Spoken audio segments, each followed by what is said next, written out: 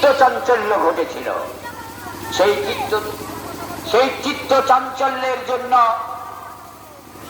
তখন সেই অপরূপা মহিষী রমণী নারী, সে নারী তখন যজ্ঞের মধ্যেই অবলুপ্তি ঘটে গিয়ে একটা সুখ পাখির রূপ ধারণ করে উড়ে চলে। তারপরে ব্যাসদেব যখন আত্মস্থ হলেন, তখন তারপরে যজ্ঞের মধ্যে থেকে এই 16 বছরের এক পূর্ণ যুবা পুত্রীর আবির্ভাব হল। তাই ব্যাসদেব যজ্ঞের উড়ে যাওয়ার পর, সুখ পাখিটা উড়ে যাওয়ার পরে এই ব্যাস পূর্বের যুদ্ধের জন্ম হয়েছিল।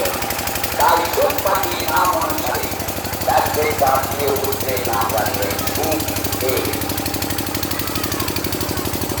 এই সুখদেব জন্মগ্রহণ করেনি কেন, আমি মা ধরেনি কেন, আমি ভূত হয়েছিল কেন,